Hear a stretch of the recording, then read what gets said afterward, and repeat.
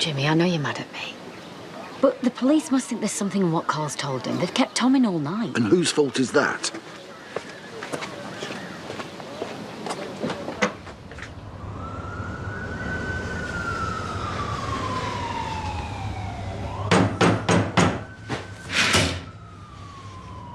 How are you getting on?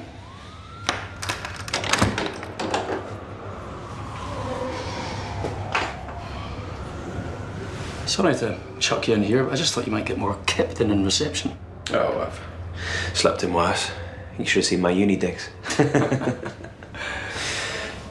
Well, we should soon have an interview room available.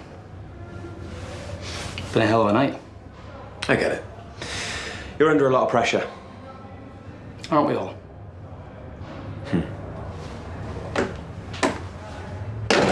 We've finished in your daughter's room. We'll be moving on to yours next. What are you offering them drinks for? Well, he's only doing his job.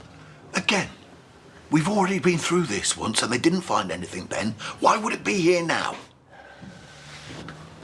Do you not think it's a little weird that he hasn't just told them where he put it? How can he? He's already lied about it once.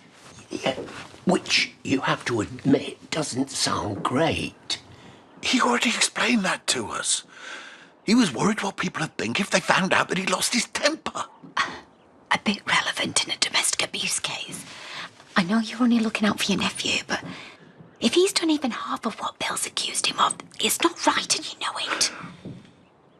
She stabbed him in the back. Am I the only one that remembers that? Do you want to know what my nephew's guilty of? Really? Being daft enough to get involved with her in the first place.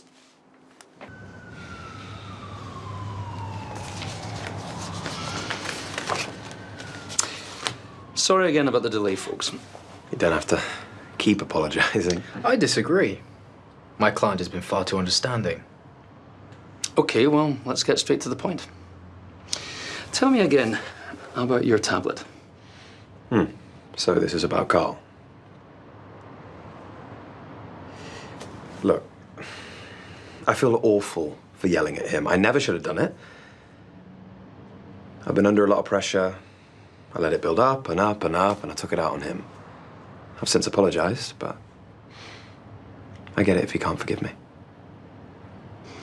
So this tablet that Carl saw you with, you told us you'd lost it, but that wasn't true, was it?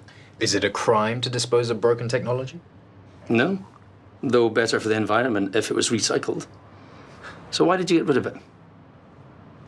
Dunno. Wasn't thinking, I guess.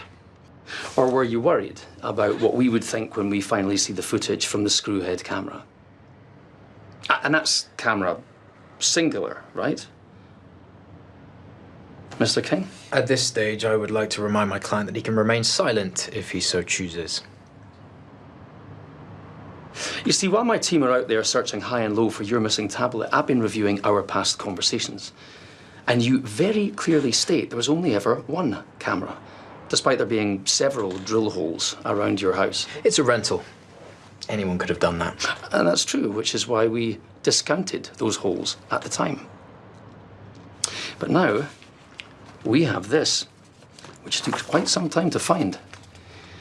One bank statement and one invoice in the name of Mr. Tom King, which attests to the purchase of several cameras. So, it would seem that your old marital home isn't the only thing full of holes. There's 1,000 ways all of this can be explained. I'd be happy with just one. I did buy the cameras. And I'm the one that installed them. We figured. But I only did it because we were broken into. So not the fire, then? Well, as well as. You see, I'd been robbed before. A few months ago, when I was renting from Jay Sharma. Must be in there. I reported it, and you lot caught them. Yeah, I saw. So when it happened again, in our new home, I was on edge for weeks. I was scared. And then Belle caused the fire. So later on, I installed the camera, and I figured it'd be just as easy if I did a few more. I kept feeling like someone was in the house. It was awful. You didn't report this second burglary. I would have noticed that. Well, I didn't want my premiums going up. Come on. Robbed twice in the space of 7 months. But you told your wife and other people that you had reported it. She told us. I didn't want her worrying like I was. You never really ask much about her, do you? Who? Belle? Yeah, Belle. I checked in on her yesterday. She's doing okay, all things considered. And I met with her support worker, Rachel. You met her yet? Briefly. Yeah, I get the impression she's not your biggest fan. So? That's just her opinion. And unless she's got something tangible to add, perhaps we shouldn't waste time with idle gossip. Rachel and I talked about Belle's health. As much as she can, obviously. Rachel is of the opinion that Belle was of sound mind when you alleged otherwise. She hides it well. But not from you. We are husband and wife. Come in. Interview suspended at 12:44. I'll just be a couple of minutes, gents, and then I think we should really get this whole thing straightened out once and for all.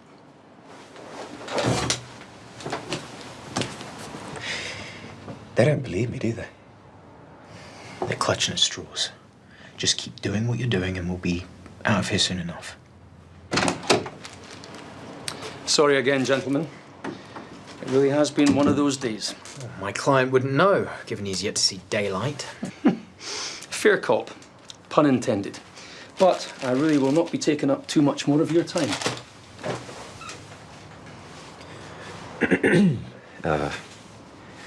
What is that? Would you believe your tablet's only gone and turned up? What was that you said about having something tangible? We tracked the serial number back to the shop and matched it with his credit card. It's not working, obviously, but we're pretty confident that our IT boys can pull something from it. And if they can't, then all of this is just predicated on the statement of a child. And his stepmother. He admitted everything to her, too. My client apologized. There's a difference. Mr. King, this is probably your last chance to just explain to us what we're going to find on there, and I think we've got a pretty good idea. Detective, I think what we have here is a fishing expedition. You're desperately hoping my client will say something, anything to incriminate himself, and yet here we are, hours upon hours later, and you've got nothing except a broken old tablet and the fantasies of a small boy. Well, we'll soon know. Then the time has come to prove me wrong. Now you either need to charge my client or let him go. So which is it?